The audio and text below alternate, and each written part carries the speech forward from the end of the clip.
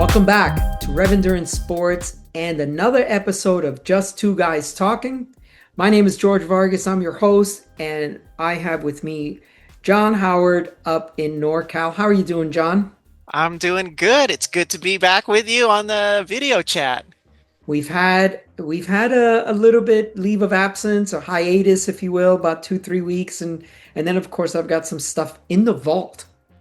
So I'm like Prince. All my best videos are going to be in the vault when I pass away. But so yeah, how you been?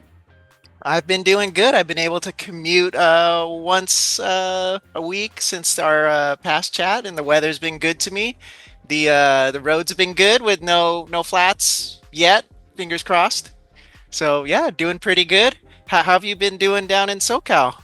I've been great. I've been riding my bike. I think I'm averaging 300 plus miles per week. Ooh, Uh, I have been fairly consistent, 7, 8, 9 days in a row riding, and then today I took a day off, and yeah, so I've been getting the miles in. Jess and I've been doing some credit card touring, so there are some videos out there about that, and I think we're going to talk a little bit more about credit card touring later.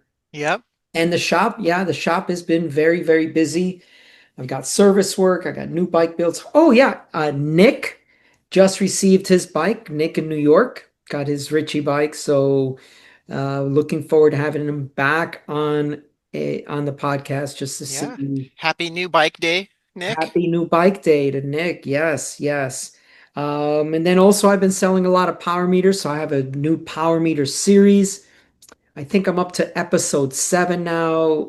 And I'm just trying to get people up and going. You got a new power meter. What do you do with it, and how do you use it, and then what are the benefits of it? But you got to start with the small building blocks and then work your way up to more complex topics. So yeah, Mhm. there's a series called Power Meters for Dummies playlist. Yeah, and you said you're up episode 7, right? Episode 7 now, And yeah. that's the Force Awakens, the Power Meter Awakens episode. Yeah, Is it really? I think it Nice. is. Nice. Yeah, and I'm trying to keep them really short just to keep people's attention span, 3, 5 minutes. Today was a little longer, but I thought it was necessary because there were two people that asked me a question. I said, well, let me address that in a video and then share it with other people. So, and yeah, and there's a power meter group thread that I've got going just to kind of Mhm. like a what's out bat, but whatever they called it. Uh, Yeah, and that's great because when you get your new piece of equipment, a lot of times, you just have the owner's manual and maybe some other third party YouTube, but to get actual instructions by the shop that you bought it from, that's great. well, That's priceless. and I believe that that's where I add value, right? So there are other shops that'll just sell you the equipment and Hmm. probably, it was probably just a transaction. You wanted that item, you went in, you got it, you walked out. I like to, get people. I I would rather have friends that do business with me, and then I teach them how to do stuff, Hmm. and we share epic adventure stories of our epic adventures, and I think that's just part of my follow-on customer service. Uh, I want to be more than just a bike shop you just bought a thing, a widget from. So Hmm. Hmm. anyway, so I think it's very important before we get too far along that we do a quick PSA.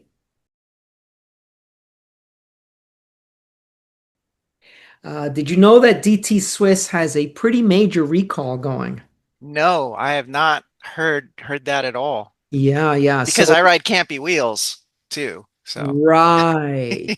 I'm sure that there's something that they have done in the past. But be that as it may, yes, there is a big recall. And let me read this so that there is no confusion, because this is what was published as of June 29th.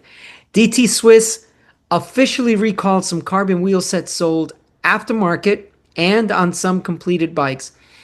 And Canyon has them and a Hmm. few other Hmm. people. After alerting customers to rim delaminations concerns in the flange area earlier this month, a stop use notice. Now, Oh, that's pretty major. yeah, yeah, Stop yeah. use. Yeah, that's right. That's right. In addition to wheel models ERC CRC, and HEC series, which I have no idea what all those mean, with rim heights from 35 millimeters to 45 millimeters. The recall now includes ARC models with rims 50 millimeters, 55 millimeters, 65 millimeters Wow. that were manufactured at the same Vietnam factory. Although no defects have been reported in the ARC series, quality checks, and on and on. And I'll put the link to the article down below. However, all rims manufactured in DT Swiss's Poland facility are not affected. Now, did you know that they made rims in Poland? No, I didn't know. And I it's kind of didn't. weird because usually when I think of bike manufacturing places, it's generally Taiwan. I mean, that's the first Yeah. one that comes to mind. And then mainland China is probably the next one that would come to mind. And I would have never thought Vietnam had a manufacturing plant. Yeah, yeah. So Vietnam, Poland. So, but the Poland ones are not affected. Only Hmm. rims delivered after August 1, 2024. Okay. And it is a very long list. So Yeah. the 1100, 1400, 1600, die cut 50, 55, 65, ARC 1600. I mean, this list goes on and on and on. So it does say to look for serial number or for ID number, blah, blah, blah, and to look for the ID number can be found in 3 positions. It tells you where to find it and all that other stuff, right? So a Yeah. lot of wheels. So if you're riding DT Swiss wheels, let's just be safe about this. Please stop riding your DT Swiss wheel. Consult your local bike shop Hmm. and or there should be a CPSC, what's it called? Consumer Protection Safety Commission, Hmm. something like that. Look for that, Google it. And if you're on this channel, I will Yeah. have it linked below in the Yeah. Can you description. put it down in the below? Yeah. And then share it with everyone else. So DT Swiss wheels, I mean, they make great hubs, they make great spokes. So apparently they have some wheel delamination issues.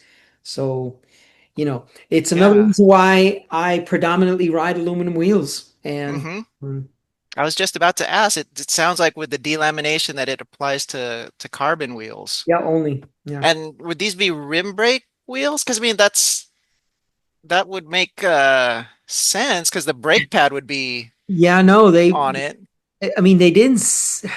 But I'm 2024 is going, kind of late for some right. rim brake wheels. I'm assuming because of all of these models, I'm assuming Hmm. all of these are disc brake models. I mean, they wouldn't have this many models in the rim Yeah. Yeah. format. Yeah. So there's that. So if you're watching, please stop Yeah. riding the DT Swiss wheels until you know. And if you bought these wheels or you bought this bike in 2020 COVID or those aren't affected. It's after, what was the date again? August 1st, 2024, August, yeah. August 1st, 2024. Yeah. So let's do some industry news. Mm-hmm. Mm-hmm. If I were to ask you, John, Yeah. who is the largest exporter of bike parts to the US? Who would you say? Pick And we're talking about a country, not a company. a country. A country, Taiwan. That would be my first guess. And China, mainland China is, like I said before, that they're my second. Yeah, these are all good guesses. But here is what is being said as of August 6th, article published in Yeah. Bicycle Oh, Retailer. is it Italy? Go Campy? Campy's Oh, taking over the world? all over it. Yes. Cambodia. Whoa. Yeah. Yeah. Okay. Cambodia passes China to become the largest bike exporter to Wow. the US. Bicycle imports, right? So here we go. Um, Imports from China plummeted 42% through Ooh. June as the industry looked to Cambodia as a preferred Mm-hmm. alternative, at least for now. The value of imports from that nation were up 77%. Wow. Good Uh, for Cambodia. yeah, yeah, passing China to become the largest supplier nation to the US. so far this year. The Trump administration has threatened various new tariffs on Mm-hmm. China imports, that da da da da da, and it goes on and on and on. And then there was when you mentioned Vietnam, or Mm-hmm. you didn't mention Vietnam, you mentioned Taiwan, sorry. Mm-hmm. But Vietnam exports, listen to this. I mean, how do you build a business with this? Imports were down in January and February, up in March and April, down 32% in May, and then up Whoa. 72% in June to finish 0.1% up Wow. with So a six all month period. this, Yeah. it's almost like interval training, you know? Like you go up the hill, you go down the hill, you go up the hill, down the hill, and you're really tired at the end where you started. Or 0.1% up. Yeah. So just a lot of fluctuation, a lot of volatility in the market. So Mm-hmm. yeah, so China is at least for the first 6 months of 2025 is not the number one exporter. So they're not the enemy. Got one more industry news story. Actually, I got a Mm-hmm. couple more. Canyon sales up Okay. or Yeah. down? What do we got? We got a 50-50 chance here. What do you think? Are they up or are they down? I would say since Canyon is the pioneer in direct to customer sales, Yep. I'll go for up. Let's be positive with them. Well, they would love to have you as a CEO so you can keep sharing that positivity. They are down 5% this year. Ooh. In fact, their earnings before interest, taxes, depreciation, and amortization, EBITDA, is they were down 30% and the company lost 5 million euros. Ouch. So bike companies don't have that much to lose. So when you lose 5 million, that's Yeah. it. So anyway, that's what's going on at Canyon. There's a whole lot more to talk about, or that they write in the article, but that's really all I just wanted to talk about. Let's talk about a US brand. Have you heard of Novatech wheels? Novatech. No, I have not. I've heard of them over the years. They are closing up shop. Oh. So, yeah, they had four factories. Let's see how it says here. They're closing operations. And then it says, citing market challenges, the wheelset hub and accessories manufacturer also noted industry trends and the long-term viability of our operations. Despite our Mhm. team's best efforts, your valued support challenges proved insurmountable. All right, Novatech has four factories in China for entry and mid-level products, and one in Taichung, Taiwan, Mhm. focusing on high-end products. So all four of those are not going to be supplying this US manufacturer with bike parts, so or wheel parts. Mhm. Well, that's very disappointing. It is disappointing. We're trying to, I guess, reshore manufacturing, but it's just not happening. Mhm. All right, Mhm. well, let's talk about this one. Have you heard of some of the new UCI rules going into effect 2026? I haven't heard of them specifically, but I've just heard that there are going to be changes coming. Because, we can't leave well enough alone. Every year we have to change something, right? Rim depth. Have you heard anything about rim depth yet? No, no. 65 millimeters is now going to be the deepest wheel you can have. And that's for the regular bikes, not the time trial. Because Uh, sometimes those they have the solid in the back, yes, right? they will. Most teams will run a disc in the back. Yeah. I'm guessing this is a very good point that you make there. For regular road bikes, I'm guessing, I don't know if there's a distinction, but 65 Hmm. millimeters. But guess who's crying foul?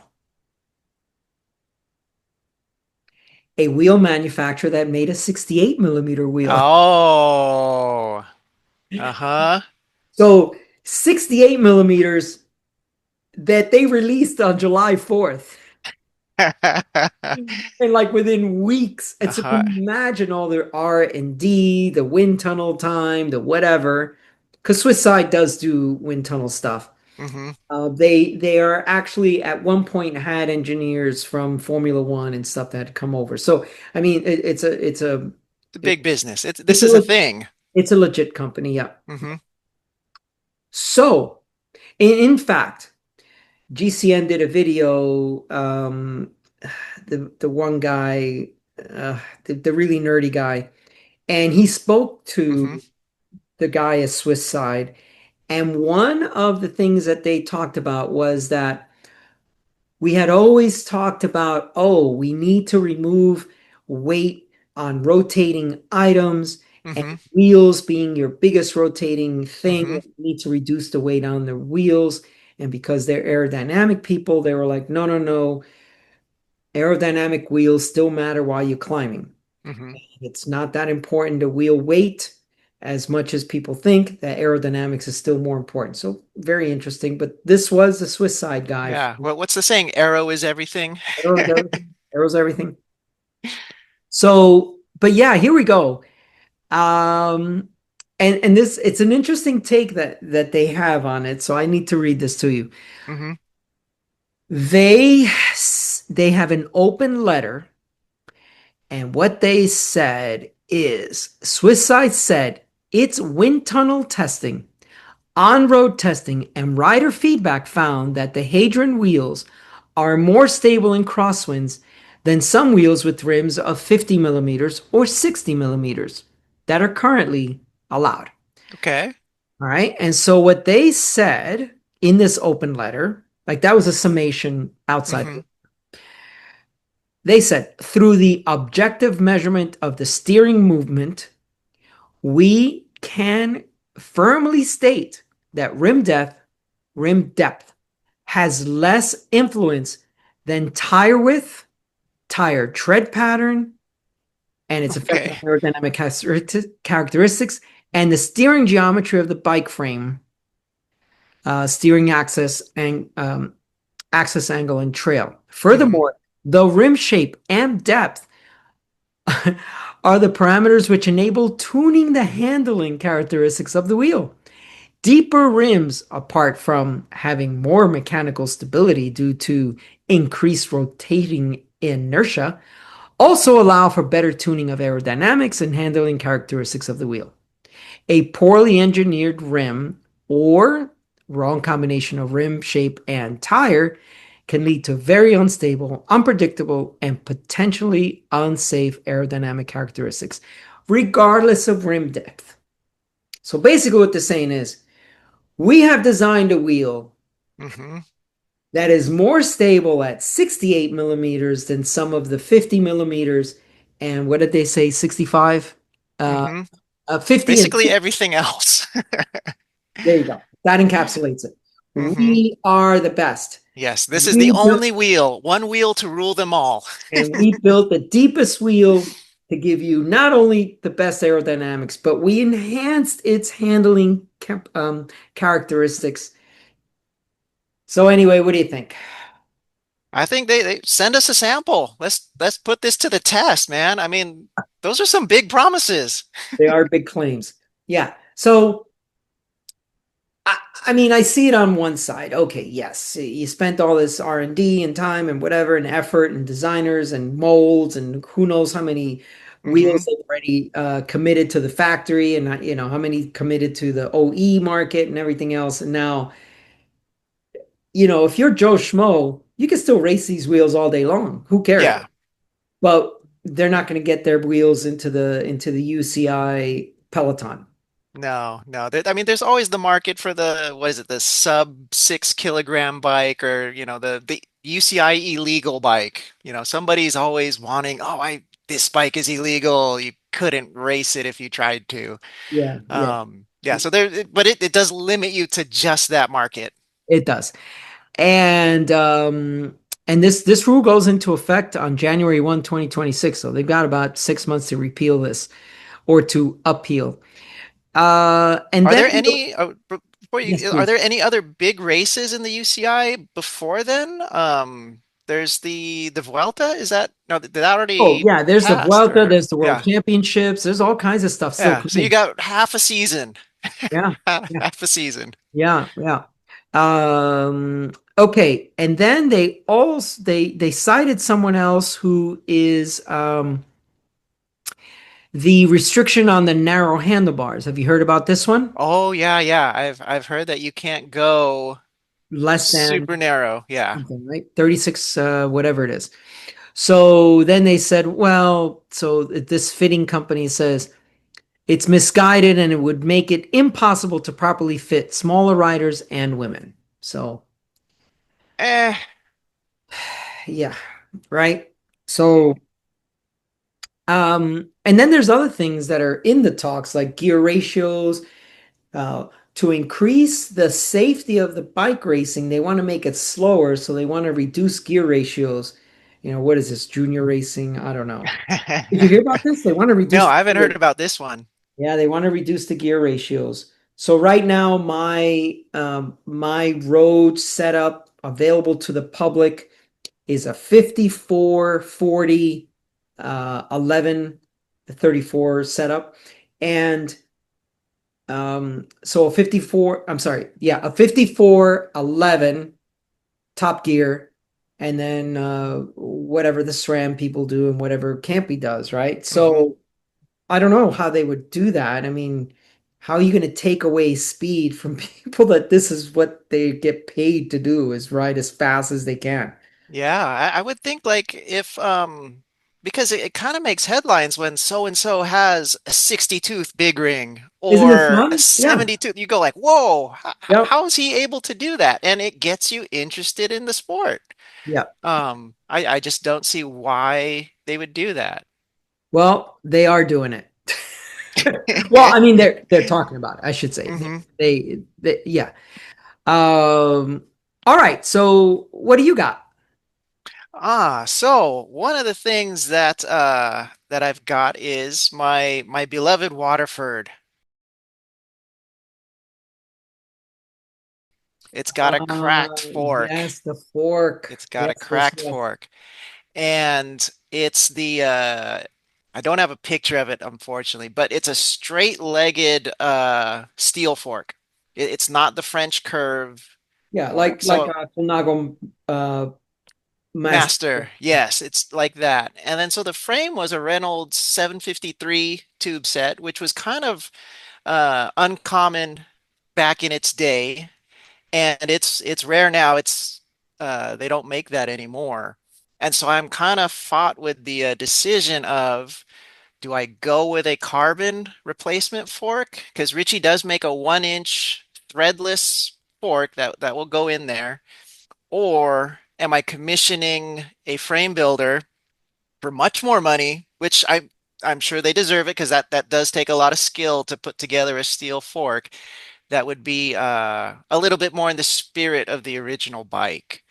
Um, so if any thoughts on that from your side, George? Do I go modern, kind of like a Road Logic, or do I keep it steel to keep the classic look?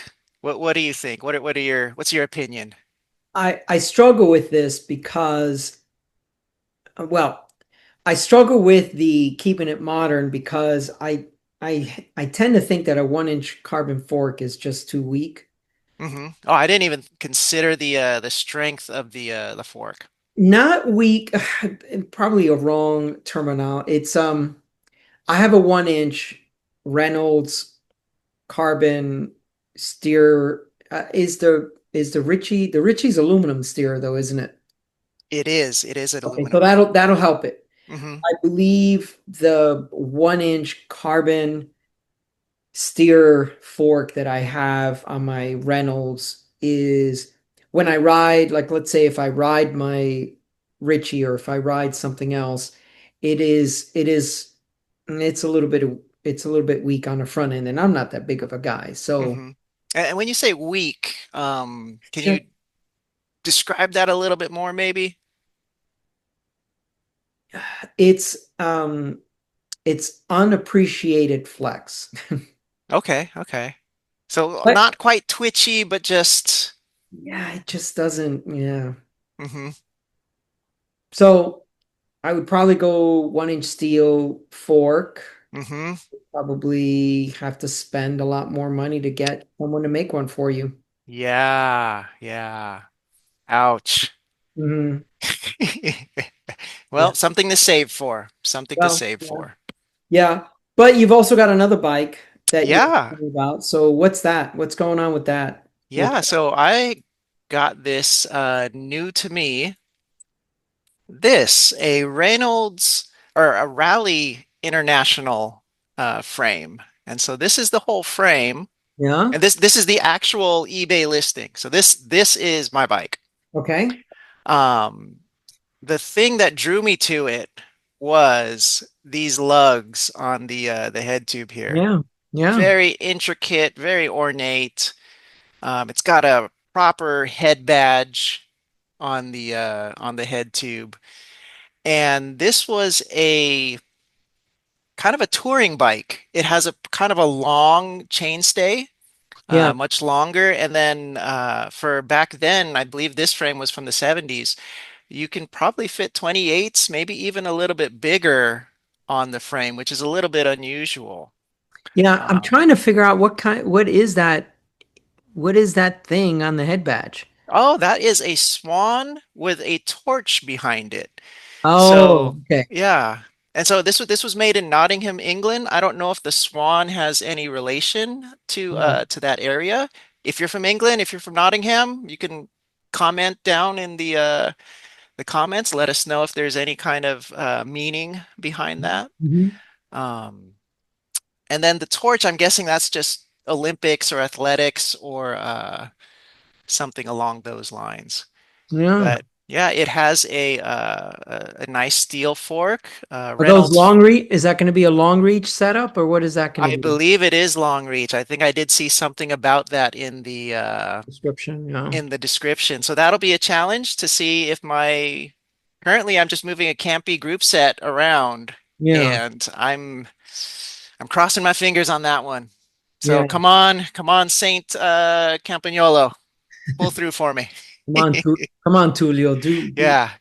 Don't make me buy another set of plates. Well, Ouch. 1970s, you said? Yeah, this frame is from the 70s. And then the other nice thing about it, if you saw briefly into the description, it was a Reynolds 531 tubing, which is a quality tubing even for today's standards. Nice. Nice. Yeah, so I had some questions regarding it where right now you guys are touring on your Road Logics. Yeah. Um, and those are not really touring bikes, not really randonneuring bikes. Those are just almost sport bikes, I Well, would they're say. race bikes. Their Yeah, geometry race geometry. the geometry is a specialized tarmac. Yeah. Yeah, and how is it with that? Do you ever feel like you would like something a little more relaxed? You want to run extra big tires? You want luggage racks?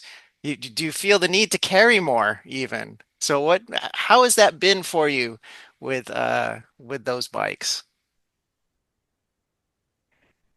I will tell you that I once did a 600K on a P3 time trial bike, triathlon bike, Ooh, a that 600, does not sound fun. a 600K. Yeah. So, um, when someone says to me, "Wow, you do long randoneering events. How come you don't have a rando bike? Hmm. Or how come you don't have a Montebello? Or how come you don't have, I just don't, I don't know." And Jess would pretty much do whatever I suggest to her because Hmm. you're the expert. I'm a pharmacist. Hmm. Right. Hmm.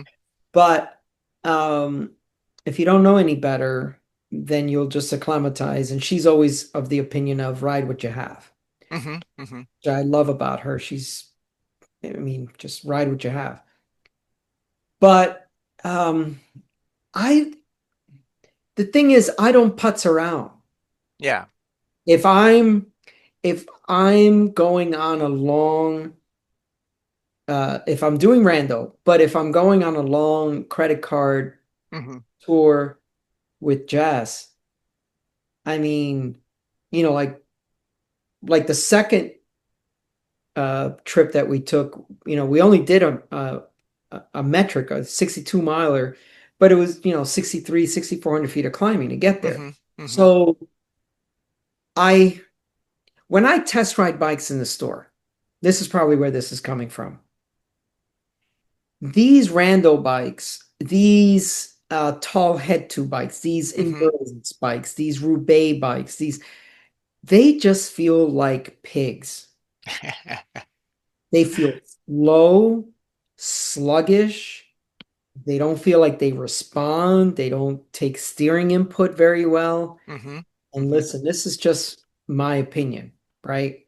And someone else can say, "Oh, I love my Specialized Roubaix." Great, Yeah, I ride can what you like. ride what you like, buy 10 of them. Mm-hmm. Buy them from you, especially It's if possible. possible. But to me, yeah. So do I want to take more luggage? Not at the moment. Mm-hmm. I would tend to think that if I had two kits, maybe three at the most, if I had enough toiletries and a few things, I could spend a week or two on the road, hotel to hotel. I'm not camping. I'm not going to do any of that nonsense. It's just not me, right? I Mm-hmm. was in the Marine Corps for 12 years. I spent enough of time out in the field, you know, under the stars. Yeah, Mm-hmm. it just doesn't interest me to have a tent and to have it just and whenever I see races like that and people are like, "Oh, I have this perfect race for you, blah blah blah blah, check this one out." And I'm like, "No, it involves having my own camping gear and spending the night out." Mm-hmm. Mm-hmm. Number one, I'd rather race through the night because that has become my competitive advantage now. It Yeah, I was isn't just about before. to ask. It seems like you would just rather keep going, power through it versus Yeah, parking it. parking it for the night. But the other thing is, I like a shower. I like clean sheets, Mm-hmm. And one of the beautiful things like the two so far the two little trips that we've done, uh we were very close to a lot of restaurants and stuff. And so we just walked and we got to like experience the town Mm-hmm. and we were tourists doing the turista thing, and it was nice, and it was date night basically, right? Mm-hmm. Mm-hmm. And then the second time we did the same thing. We ended up well, both times were pizza joints. That's pretty funny. Both trips were pizza joints, and then we just took a Uber home because it started getting dark out, and we're like, why walk? Let's just take an Uber. It was like eight Mm-hmm. bucks, Mm-hmm. to get back. So time versus money there, right? Because Yeah. we had to set up our stuff for the night for the next morning. So yeah, I don't know that I would put more bags. I mean, so the funny thing is I have panniers. Mm-hmm. I bought panniers a long time ago. I got front and back panniers a long, long time ago. And that's when I used to commute from Huntington Beach to Yeah. Encinitas. And so the people that are not local, that's about 70 miles each way. And so I was doing 140 miles each day with an 8-hour work shift in the middle. Yeah, I was hammered. And that was Wednesday, Thursday, Friday, and Ouch. whatever I did on the weekend. But I've I still have them, and I think I don't. Yeah, I've never really used them, and I bought them a long time ago, and I don't know. Now the Ritchie doesn't really have mounts for that. So how Yeah, so if those panniers, I just use C clamps with, oh.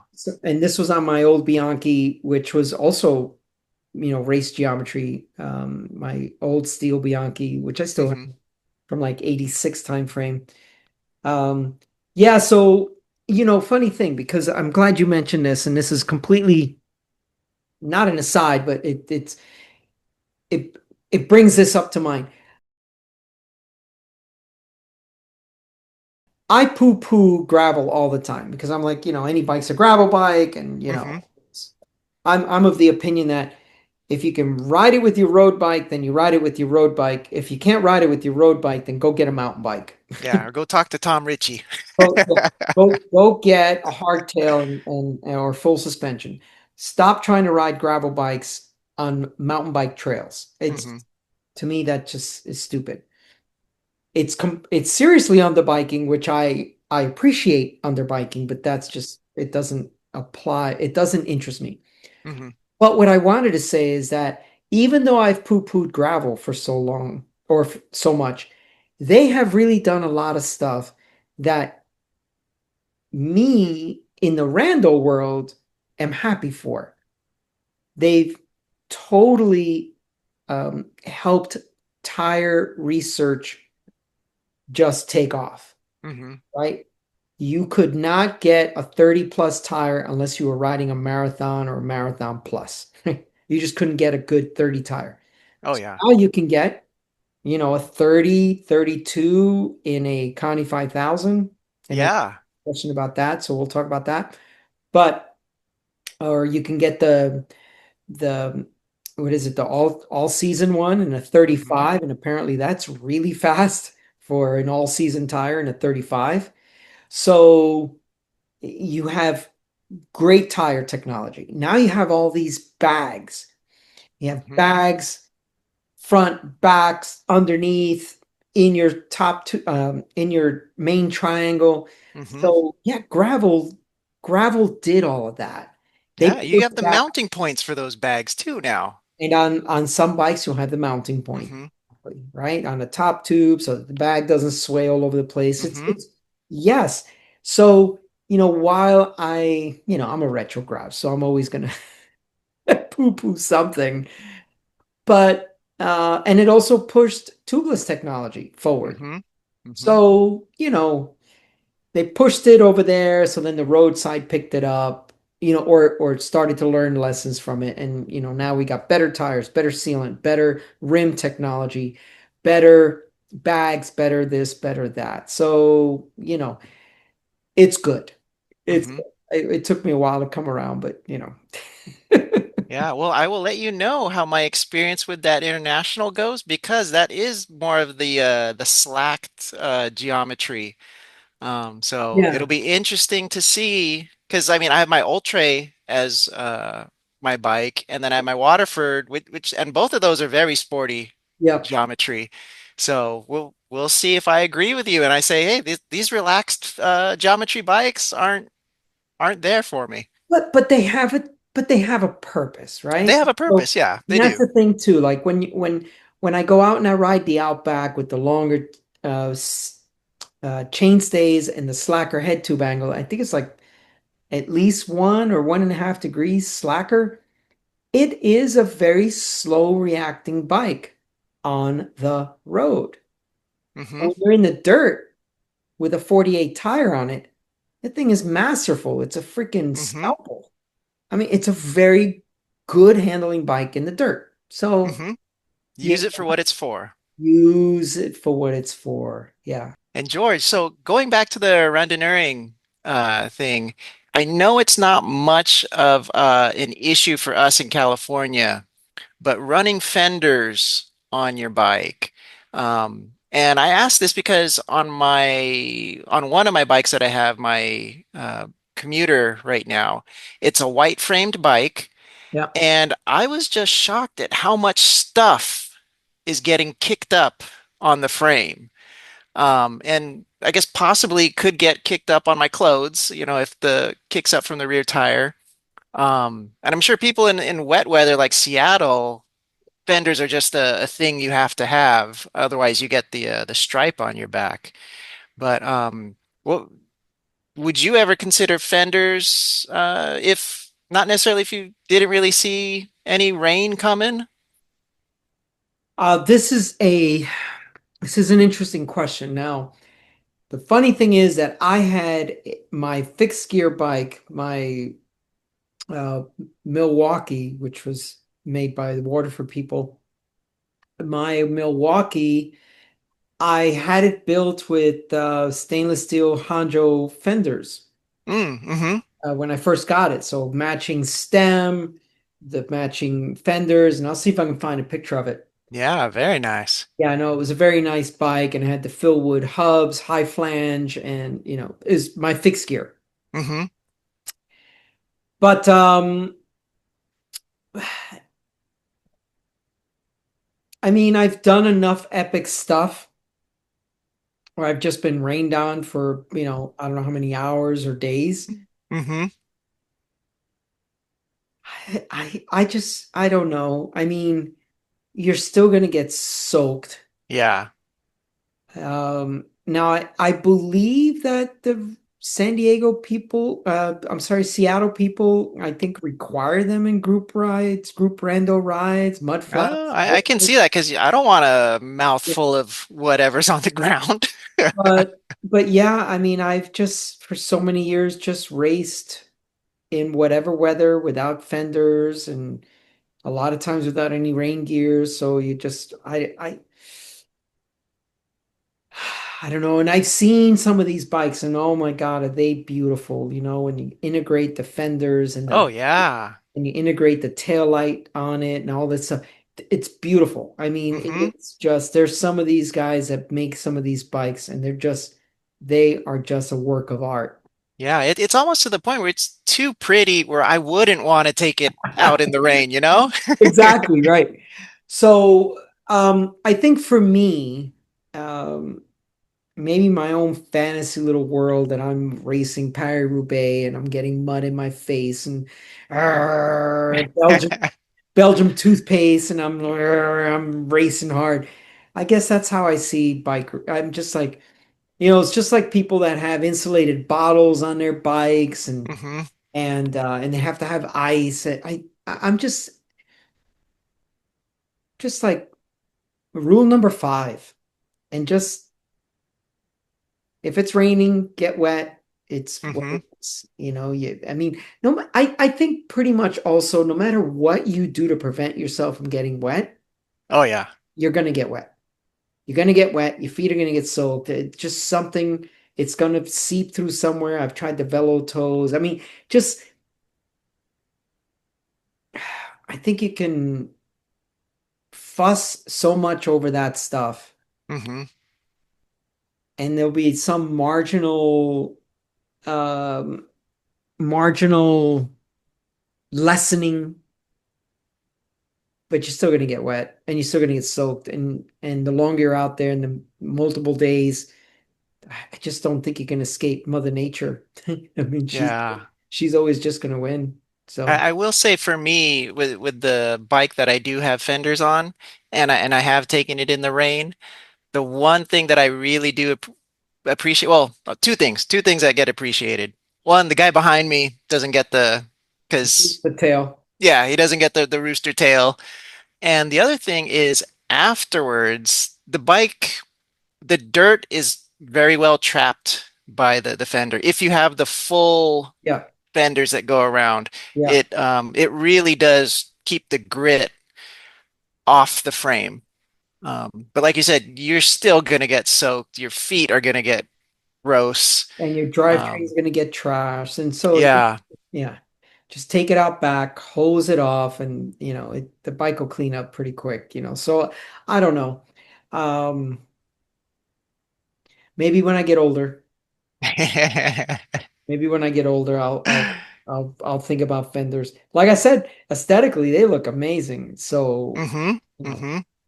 great job, those that can integrate it and get it all happening. So, and it's funny because the first day of the 1200K, there was this guy and this really beautiful bike. He had fenders on it.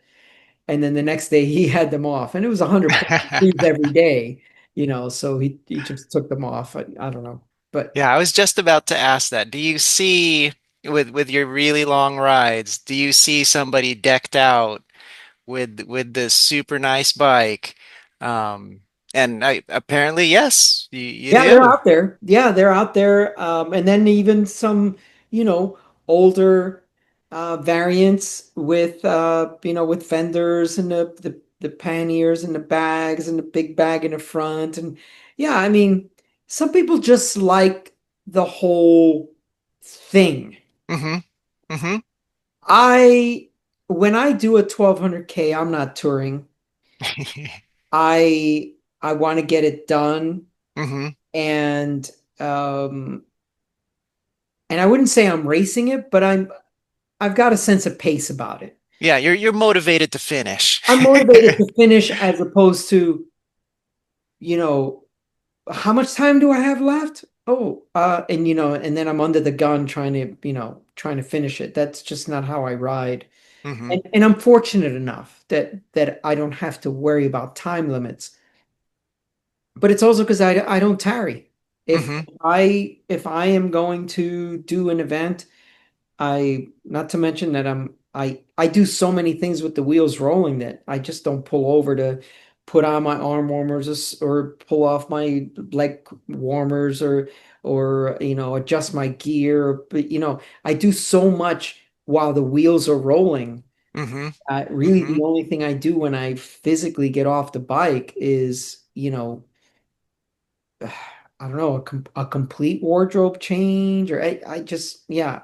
So I do many things with the wheels rolling, and that saves a lot of time. And so I'm not Hmm. really ever, I mean, I'm moving through the course. I just want to, I can see a lot. I mean, I see plenty while I'm riding. I don't have to actually stop. I Hmm. take my camera, I take my phone out, I take videos and take pictures, and I get to enjoy it. I just don't have to stop to enjoy it. It's just, Yeah, I think Jess famously said in one of the previous ones that you can pretty much have a 5-course meal while you're rolling, and then that she struggles just to get her sleeve out of her yeah, jacket.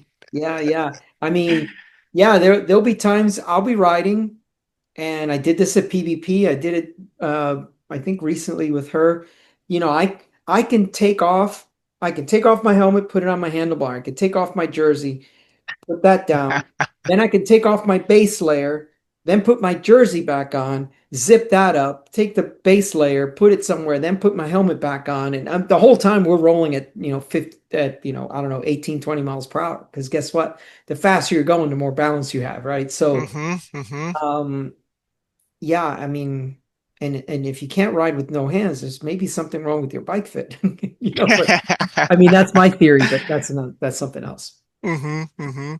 The other thing I wanted to ask you about, George, Yes, was sir. your tire choice. Yes. And maybe this would have been a little bit more relevant back when you were riding tubes. But do you go with the puncture resistant, the gator skins, and just kind of suffer through that uh, garden hose ride, or are you going with the performance tire to get that extra wattage that you can save? So this should be a hashtag, but Hmm. life's too short to ride shitty tires. So personally, I ride a high-end race performance tire. And for a long time, Continental used to put out it was a chart and um, it showed like an overall score, then it showed puncture resistance, durability, wet and dry grip, or something else, right? And it was interesting because the race tire still showed very good punch resistance. It was a scale of 5 bubbles, and Hmm. 1 to 5, and 5 being the best. And that was when it was the 4,000 series. Now it's the 5,000 series. A race tire, does it make sense that a race tire would puncture? I mean, if you're racing, you don't want to puncture. Hmm. Hmm. So, Yeah, that kills your race right there. so does it make sense that a race tire is completely puncture prone? No. A time trial tire, a track tire, yeah, those tires. Hmm. But, a 5,000 tire is a very, very good multi-use tire. It can be used for racing, it could be used for training, and it could be used, in my opinion, for engineering. I see no need to ride a puncture resistant tire. With the evolution of tubeless and larger tires, I mean, 30, 32 tire at 60 PSI, race tire. You got a great quality ride. You got a fast tire, and you Mm-hmm. got puncture backup, right? Mm-hmm. Mm-hmm. Not puncture proof, but you got your backup. So, and if it fails, you still put a tube in Yeah, it. you still got to put a tube in it. Yeah. So it's fine, And so yeah, I don't ride garden hose tires. That's for sure. And then the other thing is, for many years, randos would bring a spare tire. You'd always have a spare tire, um, bungee corded to your whatever your bag was in the back. Yeah, and just to make it clear, this is a tire casing that we're talking about, not a tube. A complete tire, yeah, Yeah. complete brand new tire, and people would do that, and now I just don't really see the need for that. I mean, you can use tire boots, Mm-hmm. it's just so many other ways that I mean, unless you skid in a panic stop and just, completely make a flat spot on your tire all the way to the tread, I just don't see how you need a new tire with you Mm-hmm. Mm-hmm. riding. So, yeah, no, high performance tire, good Mm-hmm. comfort, speed. Yeah. I want to get through the event. Yeah, yeah. Yeah. Yeah. I want to I And want to get to the event. I want to get to the other side. And I want to be able to sit and relax, when I'm done, not, be pressured. And I mean, if you look at bicycle rolling resistance, if you look at the comparison between a Connie 5000 and a Gator Skin, that's it's significant. It's you have significant. yeah, you have the Connie 5000, like, in the top, I don't know, five or six tires, and the top three you probably would never use for anything other than supported riding. Mm-hmm. The Veloflex or what's that, the Yeah, Vit those are all the time trial yeah, the Vittoria tires. Speed Yeah. tire. I mean, these things are like paper thin. Yeah. Pretty much track use And you only. make Yeah, and it makes it fast. So, and then the Gator Skin is like 80 something down. Mm-hmm. Mm-hmm. So, yeah. You're not shy about changing a tire. I know that there's some people on a bike where they don't want to change a tire. They want to avoid it as much as possible. Oh, you mean like a flat repair on the road? Yes, flat repair on the road. Yes, exactly. Yeah. Well, and look, I had someone visiting the shop today. He's 72 years old. He, his hand strength is Mm, just not mm-hmm. there anymore. Mm-hmm. So, there is an application for more puncture resistant tire setups. Mm-hmm. Mm-hmm. And there are people that, would benefit from having a tire that no fail while they're Yeah, where you make that trade-off very intentionally. yes. And in fact, the reason this conversation came up is because he had a Marathon Plus tire. And Mm-hmm. if you've ever seen these things, I mean, go ride across the country and, on this tire. And he was like, "Yeah, I just can't mount these tires. I don't have the Mm-hmm. finger strength anymore Mm-hmm. on these tires." So, yeah, he was basically dropping it off, saying, "Hey, here you go." And it's a wire bead tire, so it's even harder to install. Those things are so hard to install. So, yeah, even Yeah. in the bike shop, yeah. And a little while ago, well, a lot while ago, I should say, I used to run the tire strip on The the inside of the uh, tire. yeah, what do you call those? The Mr. Toughies? Yes, Mr. Tuffy's, that's the one. And I mean, nothing is going to be poking through that thing. I mean, that is a pretty significant chunk of reinforced rubber or whatever it is. Mhm.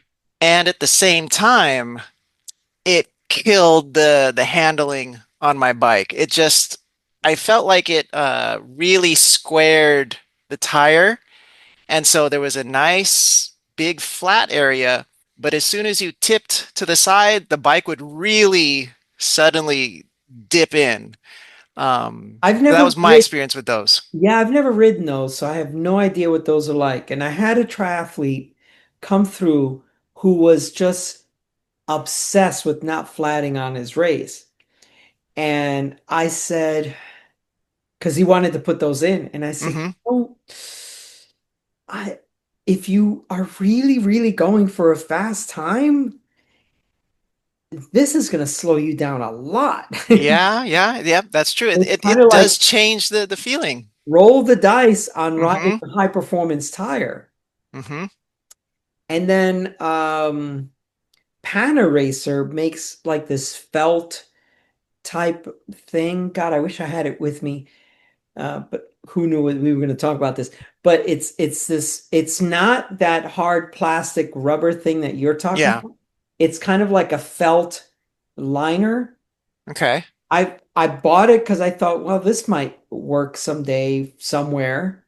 I may need it. I've never installed this, so I don't know how it rides, but you know, tubeless came after that. So I mean, Hmm. it's probably been sitting on my shelf for 10 years. But it didn't cost me much, so it's all right. Yeah, and I would imagine also the who makes that? The Vittoria foam insert for tubeless. Um, I've never tried it, but it seems I've heard horror stories about trying to install that because they even sell like this tool vice grip thing to get it in there. And the worst part is if it doesn't work, you gotta open it and then put a tube in. Take that thing out. Yeah, so I did a series of videos on this thing. Hmm. Victoria rep at the time, don't remember his name, but he was gracious enough to get me a set of 28s and the inserts. Hmm. The new Victoria Pro tire. So here's my take on it. They're not that hard to install. Oh, okay. That's not the hard part. Hmm. The hard part is when when it's time to remove the tire in the field. Hmm. So you because all right, so for the folks that are out there that don't know what we're talking about, there's a foam insert that you can put inside your tire Hmm. with the tubeless setup. And so the way it works is when you've aired this thing up, the air compresses that foam liner insert, and you're riding around, you don't even know it's there, right? If you puncture and the sealant doesn't seal, then this thing will re-expand and fill in the void where you would have had normally a tube. Hmm. And now this allows you to ride, at I don't know, like 30 psi. Like it feels like 30 psi. So, but the challenge is that it gets down into the, you know, the The the, channel. the channel, Hmm. and it fills that void. And when you're trying to stick a tire lever in, you just can't. And you're trying Hmm. to break the bead, and I do this for a living, and it is very difficult to do in a shop environment, let alone in the field. All right, so now you have to remove that to put a tube in. What do you do with that foam insert? Into the back pocket. Yeah. It's pretty big. And So, and it's all slimy, everything by now. so that's the challenge I have with that. And I think it's a good fail safe. You know, you blow a tire, you're on a descent, maybe it'll give you enough time to stop the bike. I don't Hmm. know.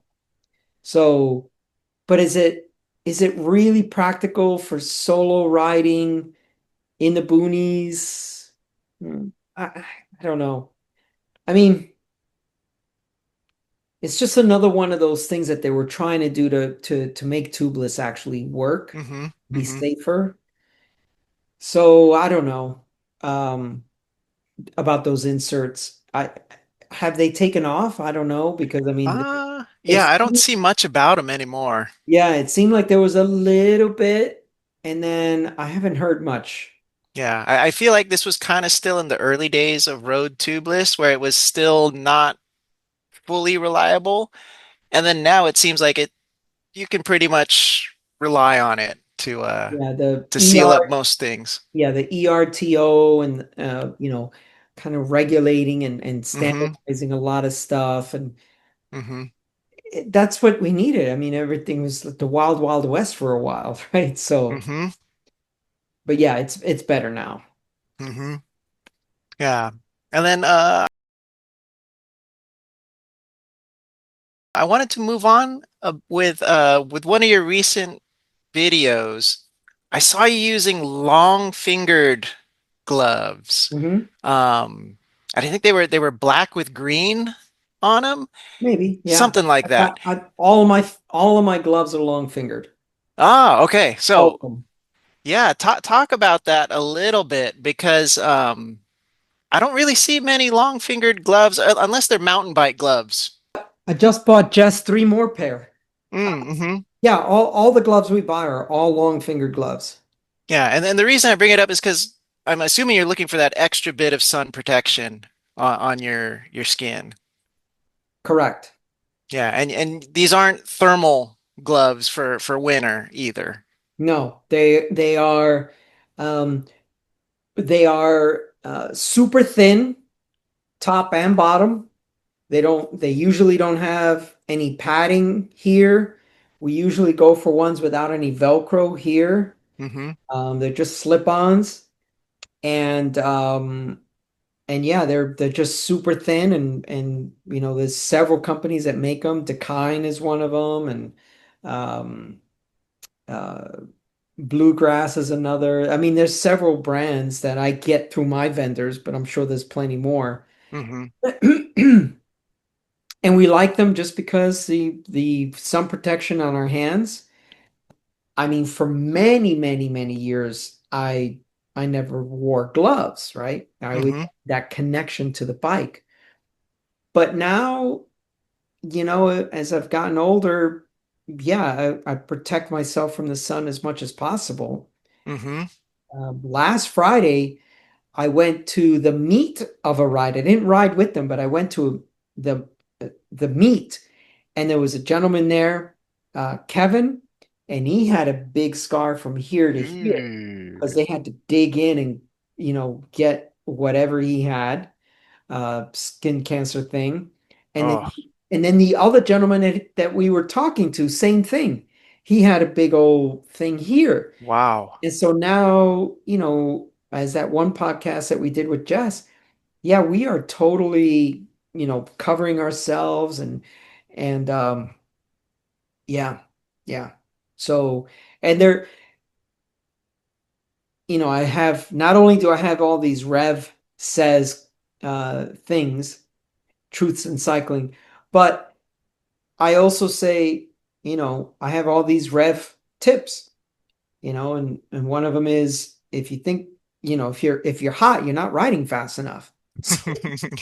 Ride faster, and then you Mm-hmm. get your own headwind, and so you cool off. So when people say, "Oh, aren't you hot in those long finger gloves?" I'm like, "No, you got just ride faster." Yeah, and most material it's wicking and it's that quick dry It's and airy and it's mm-hmm. yeah, no, it's fine. There's no issues whatsoever with my Yeah. hands feeling hot. I just don't even feel it. And like I said, we're moving along. So the only time you ever feel the heat, I guess, is when you stop and you're, I don't know, at a traffic light or something. You're like, whoa, it's hot today. Yeah, for me it's when I'm climbing, when because you slow down and then you can really bake on a hard climb. With the tailwind, oh my God, you are just roasting. Yeah, Mm-hmm. for sure, Mm-hmm. for sure. Yeah, the last thing I will say about gloves was when I had started biking a while back, I went for my bike fit and I was riding around the parking lot and the owner, he's like, "Oh, you didn't bring gloves?" I was like, "No, I don't have any gloves." And he's like, "Well, you might want to consider that when if if you should fall down on the bike, because I was getting the bike to go commuting, the first thing you do is you start reaching out your hands to brace yourself, and there go your palms. It's part of falling. Yeah. I So mean, if you have a glove, you have a little bit of abrasion resistance. I mean, every little bit helps in that case. yeah. So here's the PSA. Do as I say, not as I do. So if you Hmm. want to wear gloves, wear gloves. I don't wear gloves for a safety measure. I Hmm. wear gloves in case I crash. I don't wear gloves. I wear gloves for sun protection. Hmm. You need to wear gloves because you're worried about, abrasions and just, getting all kinds of dirt in your hands when you crash, then please wear gloves. Hmm. That's not why I wear them. Yeah. For me, it was just a nice bonus, I should Yeah. say. Yeah. One more piece of personal protection equipment. Yeah, yeah. Yeah. Personal, well, you know what I'm saying. And then the last thing I want to talk about, George, is this completely separate from the rendering part, was the this new click valve that I've been seeing in my YouTube feed. Yes. And it looks like an evolution of the Presta valve because it's about that size, and apparently it seems to be compatible with a Presta pump. Um, have you seen these? Do you carry these in your shop? What? I physically have not seen one. What is interesting is that um, Schwabe Hmm. has gotten behind it, and I guess it's somebody from LA area that invented this thing. So good on for U.S. Engineering enterprising. But I don't know much about it. I have seen a few YouTube videos, Hmm. and apparently it's got twice the airflow. Apparently it doesn't have that poppet valve thing.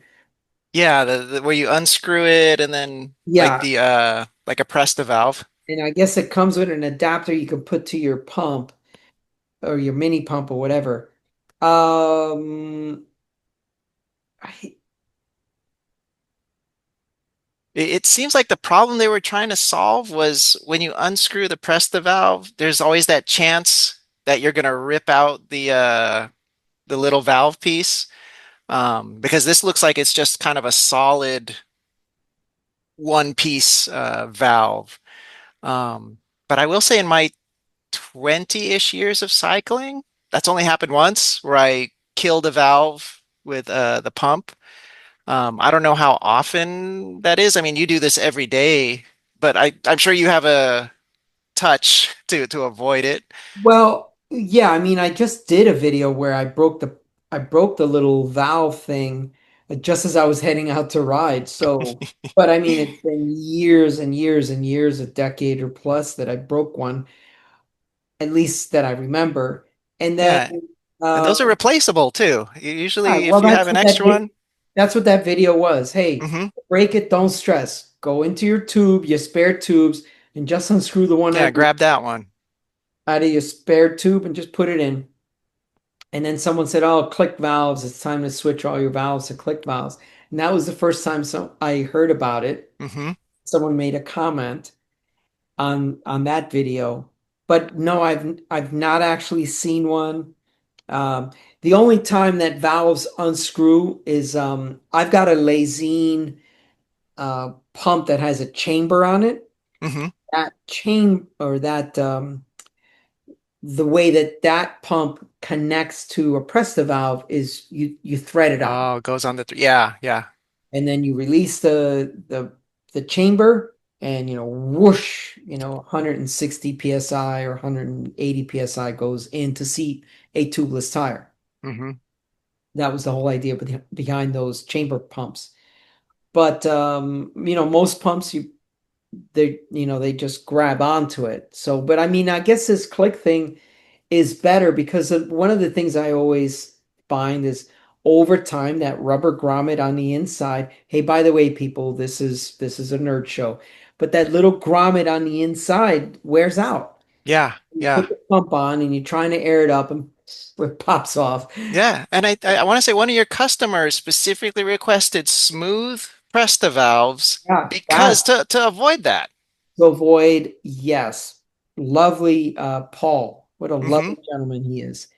He requested the Michelin smooth valve um, tubes. Mm-hmm. And you're not going to get good purchase on that valve, but it's also not going to create wear and tear on Mm-hmm. the rubber grommet inside there. So um, he's got it figured out. So good for him. I I have, all the little innards Mm-hmm. of my different pumps, and then, during COVID, God, I must have got like so many orders for these little tiny grommets that go inside these pumps, the Pedros, the Topeak. Mm-hmm. Um, but I think that click thing, it latches on, Mm-hmm. and I think that is definitely a good thing. Because there's nothing more frustrating than trying to air it up and the thing just keeps popping off. And Yeah. luckily now with tubeless, you don't have to go to 100. But, sometimes they pop off at 65, 70, and it's just like, okay, I got to angle the tire a little bit more. So gravity helps me instead of being upside down. But, when you run tubeless, you want to air up between the 10 o'clock and 1 o'clock. Mm-hmm. Yeah, you don't want that sealant Yeah, you don't coming want back out. Yeah. Right, you don't want the valve at 6 o'clock. So you want the valve, between 10 and 2 maybe. Mm-hmm. And that's where you air up. So yeah, gravity is pulling that chuck off of the valve. So do you know anything about how much they cost, or like I what's have no idea. I've been to a couple bike stores in the area and they didn't even know about it. Um, so yeah, I'm just as curious as you to kind of see what these things look like and to see if it really works. I mean, is it that strong of a click when you pop it in, or does it just make a noise? Yeah, I'll try and see if one of my vendors have it, because they carry a lot of the Yeah. Or hey, Click Valve, if you're watching, George is in San Diego, send him some samples. And example. Hey, speaking of, we neglected to talk about what our real top, what Oh yeah. our guest was for today. So, click valve, yes. Go ahead and send us some samples. But we were supposed to interview the KMC sales manager, and he had to travel out of town for business. So hopefully next week we'll interview him. But yeah, click valves. If I could find them in one of my vendors, I'll give them a try. Why not? Hmm. Can't be a bad thing. I mean, I think we get I mean, God, how long have Presto valves been around? Oh yeah. 100 plus years. So I mean, Hmm. I guess if it's better, let's use it. But Hmm. yeah, Yeah. And that's all I got for all you tonight, got. George. That's Yeah. all you got. Okay, so everyone else, thank you so much for tuning in. We will probably have the KMC sales manager next week. And in the meantime, I've got quite a few videos that I'm posting just about every day. So there's always something to watch there. It's all, as I say, organic. So whatever's happening in the shop, you're getting to view it. I just finished another Outback build, a breakaway build. So that's a video I'm probably going to release tomorrow. I mean, yeah, there's always something going on. So, Yeah. John, thank you for spending the evening with me. Jess went straight up to bed as soon as we started filming because she's like, I'm tired. You guys, you say hello to John for me, but I'm tired. I'm going to bed. So, Hey, Jess. or maybe next week. Who knows? Hmm. But anyway, thank you, John. I appreciate you co-hosting, and I appreciate the material that we had to put together last minute Yeah, always a pleasure to hang out with you, George. because our primary show was going to be with the KMC chain guy, but we put it together. We got it done. Okay, Hmm. John, thank you so much. Everyone else, thanks for watching, and please like and subscribe, and we'll see you up the road.